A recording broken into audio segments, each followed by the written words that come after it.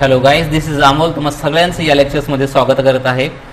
या लेक्चर्समध्ये question number 5 final अकाउंटचं पाहणार आहोत आपण. It is based on the partnership final account. So here is question number 5. Reading step सगळ्याला माहीत आहे. तर फर्स्ट ऑफ ऑल तुम्हाला रीडिंग करायचं आहे विथ ॲडजस्टमेंट, नंतर टिक मार्क करायचं आहे, फॉर्मॅट, पोस्टिंग अँड देन लास्टला ॲडजस्टमेंटचे दोन इफेक्ट आणि क्लोजिंग. सो पहा, मी रीड केलेलं आहे ऑलरेडी. तुम्ही एक वेळ भेटला तर रीड करून घ्या. सेकंड स्टेप आहे तुमची टिक मार्क करण्याची. स्टॉकची टिक मार्क करायची गरज नाही आहे, डायरेक्ट पोस्टिंग असते. Ram is allowed to salary. रामला सॅलरीची गरज अलाउड केलेली आहे 6000. सॅलरी रामला जर द्यायची असेल तर आपण कोण आहेत? अकाउंटंट आहोत. आपण बिझनेसमध्ये अकाउंटिंग करत आहोत. याचा अर्थ बिझनेससाठी काय एक्सपेन्सेस आहे. सेकंड पार्टनर आहे तो म्हणजे Krishna is allowed commission 3% on net sales. Net sales दिलेले आहे तुम्हाला. Interest on partners capital is to be provided. तो पण द्यायचा आहे आपल्याला 5% पर ॲनम बेसिसवरती. प्रोव्हाइडेड डेप्रिसिएशन प्लांट अँड मशिनरीवरती. आता या सगळ्या टिक मार्क करायच्या आहेत. पहिली टिक मार्कची गरज नाही. Second tick mark, Ram is allowed salary, Krishna allowed commission. म्हणजे कॅपिटलवर इफेक्ट होणारे काय आहेत घटक आहेत. सो पार्टनर्स कॅपिटल आणि पार्टनरचे दोन अकाउंट दिलेत. करंट अकाउंट म्हणजे हे कोणती फ्लक्च्युएटिंग आहे का फिक्स्ड मेथड आहे? Fixed method. या अकाउंटवरती काही चेंज होणार आहे का? बिलकुल नाही. मग चेंज कशामध्ये होणार आहे? पार्टनरच्या करंट अकाउंटमध्ये. बिलकुल. म्हणजे ज्यावेळेस करंट अकाउंट येईल त्यावेळेस तुम्हाला एक अकाउंट ओपन करायचं आहे. जसं की मी तुम्हाला थोडक्यात सांगतो की अकाउंट या ठिकाणी दाखवलेलं आहे. आन्सरमध्ये त्यांनी पार्टनर्स करंट अकाउंट ओपन केलेलं आहे. 2 कॉलम दिलेले आहेत अशा पद्धतीने. तुम्हाला पण काय करायचं, फॉर्मॅटमध्ये हा कॅपिटल अकाउंट फॉर्मॅट ड्रॉ करायचा आहे. नेक्स्ट पुढे काय दिलेलं पहा. नेक्स्ट त्यांनी सांगितलेलं आहे पुढे ॲडजस्टमेंटचा विचार करा जरा. सांगितले त्यांनी की इंटरेस्ट पार्टनर्सला, म्हणजे पार्टनर्सवरती खूप सारे काही गोष्टी आहेत पार्टनर्स कॅपिटलवरती. प्रोव्हाइडेड डेप्रिशिएशन प्लांट अँड मशिनरीवरती डेप्रिशिएशन आहे, त्याला टिक मार्क केली. कशामुळे टिक मार्क करायची? कारण पोस्टिंग केल्यानंतर खाली एक जागा सोडण्यासाठी. 3% from our debtor is not recoverable, म्हणजे मिळणार नाही. तर म्हणजेच कोण आहेत हे? It is bad debts. हा सर बिलकुल. किती आहे? 3000. म्हणजे डेटर्सवरती ॲडजस्टमेंट आहे. करेक्ट. प्रीपेड इन्शुरन्स, इन्शुरन्स जो पेड केलेला आहे त्याच्यामध्ये 500 जे प्रीपेड आहेत म्हणजे पुढच्या वर्षीचे आताच दिलेले आहेत. Okay. So where is insurance. Okay, हा प्रीपेड आहे. म्हणजे याच्यामध्ये ते 500 रुपीज ॲड आहेत, ते आपल्याला काढावं लागतील. कारण प्रॉफिट अँड लॉस अकाउंट काय सांगा, माझ्याकडे फक्त करंट इयरचा रेकॉर्ड कर. पुढच्या वर्षी जे 500 प्री केलेले आहेत, रेकॉर्ड केले आहेत, पेमेंट केलं, ते काय कर, डिडक्ट कर, काढून टाक, लेस कर. आणि लास्ट ॲडजस्टमेंट आहे. ओके, एवढ्याच ॲडजस्टमेंट आहेत. सो क्वेश्चन रीड करत असताना हिडन ॲडजस्टमेंट तुम्हाला मिळाली तरी पहा. 12% गव्हर्नमेंट बॉन्ड ही इन्व्हेस्टमेंट आहे, कारण डेबिट बॅलन्स आहे. आणि कधी केलेले आहेत गव्हर्नमेंट बॉन्डची इन्व्हेस्टमेंट? कधी केली? 1 जानेवारी 2019. आपलं इयर कोणतं आहे लक्षात घ्या. इयर आहे 31 मार्च 19. म्हणजे जानेवारी 1 जानेवारी, फेब्रुवारी, मार्च 3 महिन्याचा इंटरेस्ट आपल्याला मिळाला पाहिजे की नाही? इन्कम इन्व्हेस्टमेंटवरची 12%. मग चेक करा मिळाले आहे का. तर कुठेही क्रेडिट साईडला इंटरेस्ट ऑन बॉन्ड मिळालेला नाहीये. याचा अर्थ ही काय आहे? हिडन ॲडजस्टमेंट आहे. ओके. मग आपण 12% अगोदर 15,000 वरती कॅल्क्युलेट करू आणि नंतर 3 महिन्याचेच फक्त आपल्याला घ्यायचे आहेत. सो हे हिडन ॲडजस्टमेंट होती. सो पोस्टिंगचं आता रीडिंग झाल्यानंतर पोस्टिंग. आता पहा पोस्टिंग फर्स्ट काय? Opening stock.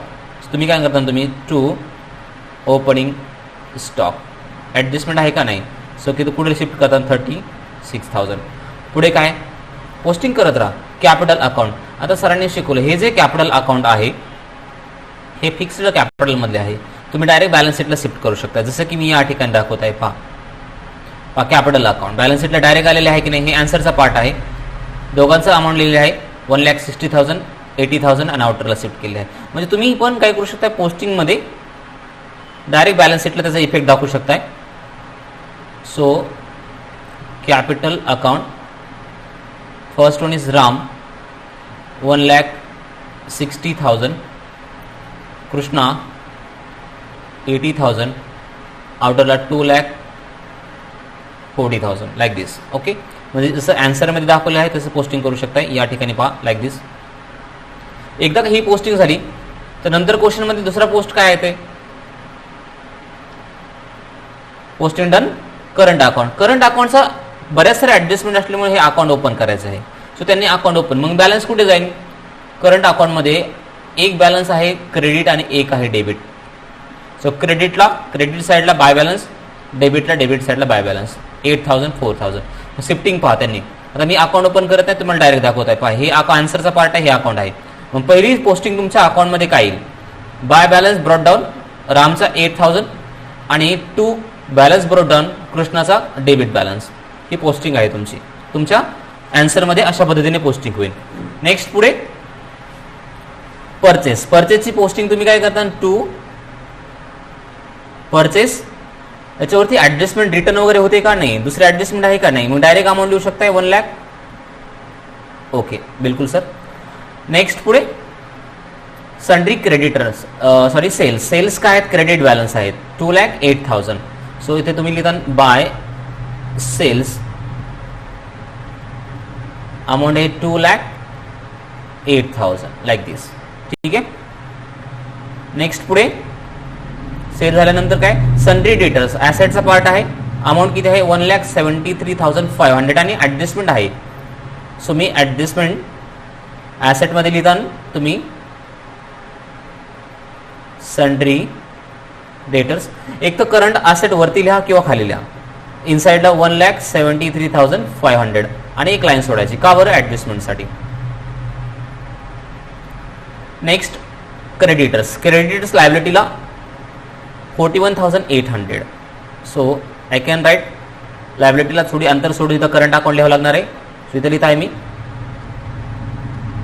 Creditors 41,000. How much check करा? 41,800 like this posting. Next bills receivable asset आहे 47,000. डायरेक्ट ऍसेटला शिफ्ट करा. मी डेटरच्या खाली थोडंसं अंतर सोडत आहे. Bills receivable 47,000. Okay, done. Yes sir. Bills payable लायबिलिटीला 21,000. पोस्टिंग क्रेडिटरच्या खाली bills payable 21,000 is good. Next what? Commission. Balance कोणता आहे? डेबिट, म्हणजे एक्सपेन्स असणार आहे, बरोबर की नाही? सो प्रॉफिट अँड लॉस अकाउंटचा पार्ट होईल कमिशन आणि amount is 2,800 like this. Next posting wages. ट्रेडिंगचा पार्ट आहे. To wages amount is 1,760 1,760. Next salary. Profit and loss अकाउंटचा पार्ट आहे. So I can write here salary amount is 3,000. Next what? Salary झाल्यानंतर कोण आहे? Furniture 25,000. Asset part posting करा. Furniture 25,000. Next plant and मशिनरीवरती adjustment आहे 63,000 आणि एक line soda. Plant and machinery 63,000 inner साइडला आणि एक लाईन डेप्रिसिएशनसाठी. नेक्स्ट पोस्टिंग आहे आरडीडी. आता ही आरडीडी ओपनिंग आहे. ओपनिंग आरडीडी आपण काय करतो? बॅड डेट्स मधून लेस करतो. सो इथे मी लिहित आहे बॅड डेट्स. सो अजून आलेलं नाही इथं आणि लेस म्हणून old RDD. How much? 1,000 negative मध्ये. बिलकुल. So next investment. इन्व्हेस्टमेंट किती आहे? इन्व्हेस्टमेंट ऍसेटचा पार्ट आहे 10,500. ऍसेटला शिफ्ट करा. Investment 10,000 is good. हा सर. Next what? इन्व्हेस्टमेंट नंतर loans and advances given. Balance check करा. डेबिट आहे म्हणजे ऍसेट असणार आहे, एक्सपेन्स तर होऊ शकत नाही. So loans and advances amount check करा 35,240. 35,240. नेक्स्ट पोस्टिंग आहे इन्शुरन्स आणि याच्यावरती ऍडजस्टमेंट आहे 2,500. ऍडजस्टमेंट साठी जागा सोडा. सो इथे लिहित आहे मी 2 इन्शुरन्स इनरला 2,500 आणि एक लाईन जागा. Next bad debts 500. पोस्टिंग किती झाली तर बॅड डेट्स किती आहेत? 500. सो इथे आहेत bad debts 500. Next 12% government bond. अगोदर गव्हर्नमेंट बॉन्ड पोस्टिंग ऍसेटमध्ये लिहा 15,000. 12% बॉन्ड आणि याच्यावरती ऍडजस्टमेंट आहे 15,000 इनरला. सो हिडन ऍडजस्टमेंट लगेच सॉल्व्ह करून घ्या. का बरं? कारण 12% खरेदी केलेत बॉन्ड आपण जानेवारीमध्ये 3च महिन्याचा इंटरेस्ट आपल्याला मिळणार आहे. सो 15,000 वरती 12% कॅल्क्युलेट करण्यासाठी तुम्ही वर्किंग नोट करावं लागेल आपल्याला. Let's do it. तुम्ही काय म्हणता? Calculation of interest on 12% bond. So 12% म्हणजे 12/100 इंटू इन्व्हेस्टमेंट 15,000 इंटू किती मायनस हवे आपल्याला 3/12 इज इक्वल्स टू 1 ज 3 1 ज 3 4 ज 4 1 ज 4 3 ज like this. So 2 0 get cancelled 2 0 150 into 3, so we'll get rupees 450. Okay, तुम्ही आन्सर पण पाहू शकताय. या ठिकाणी 12%चा इंटरेस्ट 450. तुम्हाला काय करायचं आहे, इंटरेस्ट रिकग्नाइज करायचा आहे आणि तो इन्कम पण दाखवायचा आहे. सो मग मी काय करेल, इन्कम साईड दोन्ही याचे ॲडजस्टमेंट असल्यामुळे याचे दोन्ही इफेक्ट होतील. का बरं, कारण ही हिडन ॲडजस्टमेंट आहे. सो मी इन्कम साईडला profit and interest on bond amount is 450 आणि सेकंड इफेक्ट पुढे ॲसेटच्या बॉन्डमध्ये ॲड करेल प्लस इंटरेस्ट 450, कारण हा मिळालेला नाही आहे. सो आउटरला शिफ्ट करताना तुम्ही 15,450 like this. So next what. So अशा पद्धतीने पोस्टिंग झाल्यानंतर ॲडजस्टमेंटचे दोन इफेक्ट. आता मी ॲडजस्टमेंट तुम्ही अशा पद्धतीने ही पोस्टिंग करता. आता मी ॲडजस्टमेंट जे आहे ते डायरेक्ट तुम्हाला काय करणार आहे, बुक्सचे जे आन्सर आहे त्याच्यामध्ये दाखवणार आहे. हां, आता पोस्टिंग आपली सेम बुक्स प्रमाणे झालेली आहे, फक्त ॲडजस्टमेंटचे फक्त टिकमार्क दाखवणार आहे. सो फर्स्ट ॲडजस्टमेंट तुम्ही काय म्हणता, स्टॉकचे दोन इफेक्ट आहेत माहिती. हां सर, कुठे जातील स्टॉकचे दोन इफेक्ट. फर्स्ट आहे तुमचा ट्रेडिंगमध्ये इथे शिफ्ट करतात 38,000 आणि दुसरा काय म्हणतात ॲसेटला. सो बाकी सगळ्या गोष्टी लिहिल्या आहेत. वेर इज ॲसेटमध्ये क्लोजिंग स्टॉक हेर इज, तुम्ही कुठेही लिहू शकताय. नेक्स्ट पुढे सेकंड आहे Ram is allowed a salary of 6,000 and, पण कशी पर मंथ वगैरे असं काय दिलेलं आहे का, बिलकुल काय मेन्शन केलेलं नाही. आणि कमिशन 3%.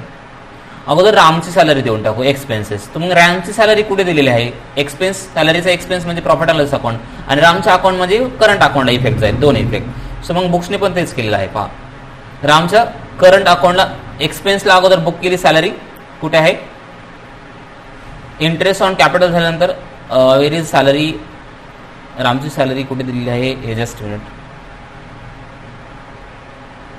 राम सॅलरी मग 6,000 दिलेली आहे. ओके, सेकंड इफेक्ट काय येणार आहे त्याचा, त्याच्या करंट अकाउंटला, कारण करंट अकाउंट हे मेंटेन केलेलं आहे आपण फॉर्मॅटमध्ये.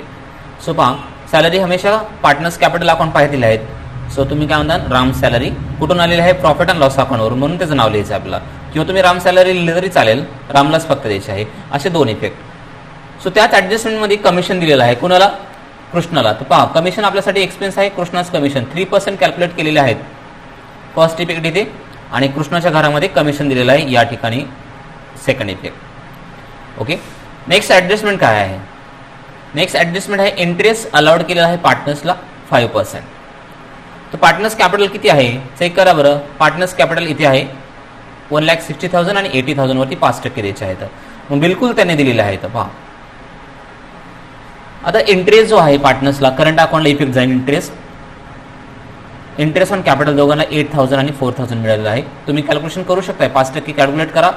1,60,000 आणि 80,000 वरती डेफिनेटली 5%, 10% असते तर 16,000 आले असते, म्हणून इथं 5%चे 8,000 घेतले.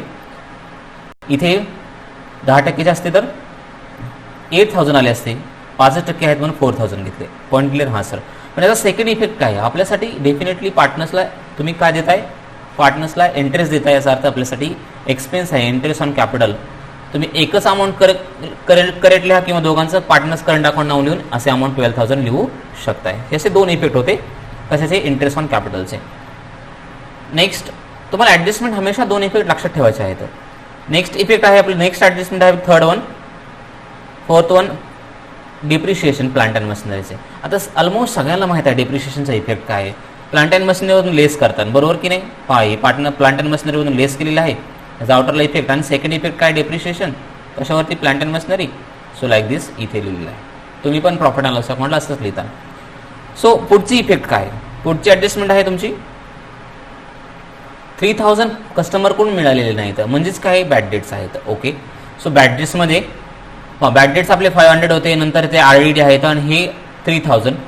सो बॅड डेट्समध्ये हे ॲड करायच्या होत्या. सो बुक्सने कशा पद्धतीने ॲड केल्यात चेक इट.